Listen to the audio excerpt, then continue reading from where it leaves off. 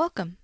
In this video, we will review some changes in the new 8.3 template set by documenting a sample visit. Because I want to concentrate on template changes, we'll make the visit a simple one. In this example, I have already reviewed my staff's intake note, and I have partially documented my findings in the exam room. One of the first things that you will notice on the SOAP tab is that it's been streamlined even further. One feature that I love is the ability to collapse and control the panels. I like to keep them collapsed, and I move the reason for visit and physical exam areas to the top because those are the two that I tend to document in the room with the patient. But if you like, you can leave them as is, or keep them expanded. When they're open, I like to cycle through the first few panels in the room. That way, I'm always looking at the top of the screen, and I don't have to do as much scrolling or hunting while I'm talking to the patient. The panels themselves are pretty similar. I entered the patient's symptoms while we were in the room, and since this is the third similar visit this week, I also saved it for next time. To cycle to the next panel, I just click the upward arrow here to move to the next one.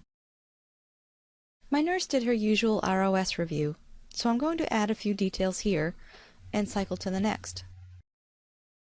Vital signs are done. You'll see that the history and graph buttons are now above the grid. And now I'll cycle to the exam, which I also documented in the room. The exam is also very similar, so let's move on to the assessment and plan changes. First, there's a new assessment link on the left side. This is a new template. It's basically the Add Update Assessment pop-up with some expanded features. And it now begins the My Plan tab series on the top of the screen. We're going to call today's assessment a URI.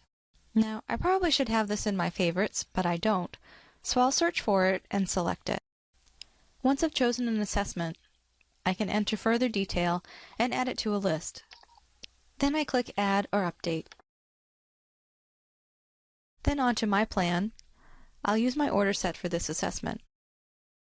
New in the 8.3 templates is the AP Details tab, which has large text boxes that I can use if I need to. Of all of these boxes, only the patient details portion prints for the patient. I have a My phrase for URIs, so I'll use that here. Because I'm cycling through the panels, I'm always documenting at the top of the screen, and I find the tabs easier for navigating. But if I were opening each panel instead, or keeping them all open and scrolling down, I could use the buttons at the bottom of the screen. This is a patient that I see regularly, so I did not address guidelines during this visit. So I will select Finalize to finish the note. The Finalize tab has a nice new feature where I can add an assessment here if I've forgotten to do it before. The Add button brings you back to the assessment template. I don't need the provider sign-off section, which now has its own panel, so I tend to keep that closed or move to the bottom of the list. This was a straightforward visit with little counseling, so I'll do a code check and keep it at the selected level. Then I'll submit the code. And I'll let it generate my document. So that's it. Nothing too drastically different about my workflow, but I have to say that I really like the movable panels. I like the new assessment and AP details tabs, and in the Finalize tab I find I can skip to the sections that I regularly use. I think you'll like them as well. This concludes my 8.3 Enhancements video. I want to thank you for your time.